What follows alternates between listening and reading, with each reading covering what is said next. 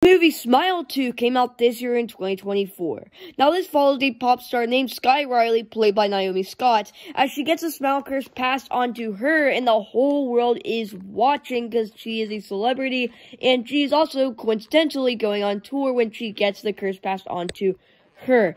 And now I think there are three main things that really make this movie as great as it is. One of those things being the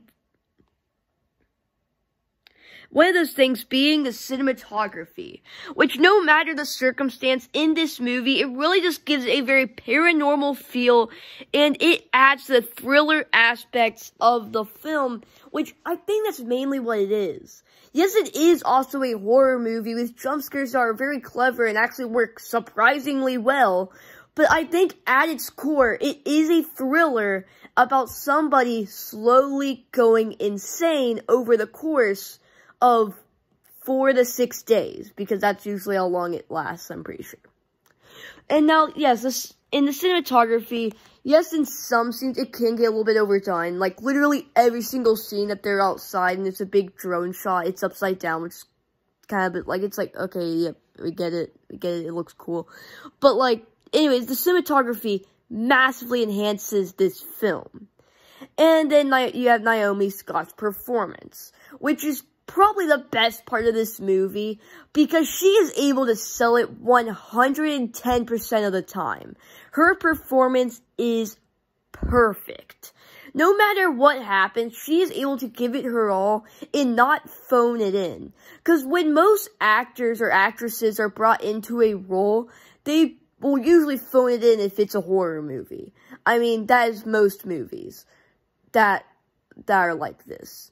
But no, this actor actually cares, and it's very interesting to see this character slowly go insane and getting to see it from Sky Riley's perspective in each scene, which Naomi Scott absolutely works in. I mean, the performance is just great. And then we have the sound design, which can either massively enhance this film or be the worst thing about it, because the sound design, yes, it is good, and it enhances the horror and the thriller and the paranormal aspects of the film.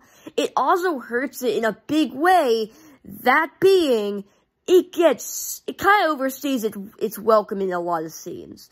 Because what will happen is, something will be happening, and then the sound design comes in, which is usually just a big mesh of sounds that give it a very paranormal feel, give it a very intense feel, usually during a hallucinatory sequence where the smile demon is actively coming after her, in which those sequences work pretty well. But there are just some scenes where it just goes on for way too long, and it gets a little bit too over-embracive, and it just gets annoying to an extent, and I think that's as far as that goes. But I still think overall, there are more sequences where it works than where it doesn't. I'm just saying it can get pretty annoying in some sequences.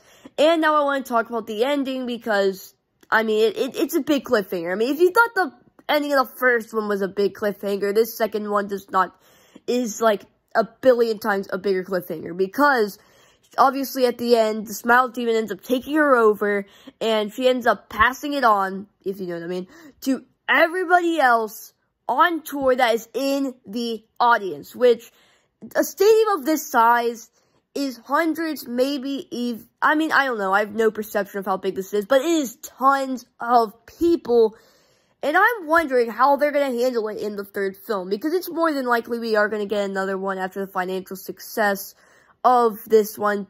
Well, it's still in theaters, so we don't really know that yet, but you get the idea. And I'm excited to see how they handle this, because I think the second one really proves that this director can take something like the first one and is still able to keep it fresh while also adding on to it. And I think whatever they'll happen to push out, I think there'll be something good about it that keeps it fresh and keeps it interesting. And it's honestly too bad they can't bring back Naomi Scott, because she is just an amazing actress, and yeah.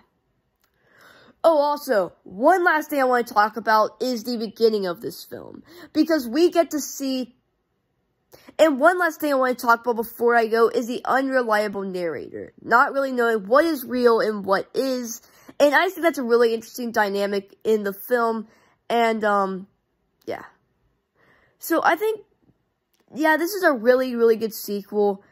It is better than the first one. Now, it's one of those rare instances where the second one is better than the first one.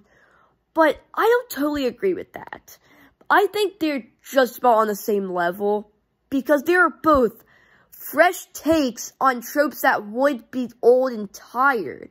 They are new and young tropes, one that would be old and tired, and they work really well. So yeah, guys, if you all enjoyed this video or any of my other content, please subscribe, and I'll see you in the next one. Goodbye.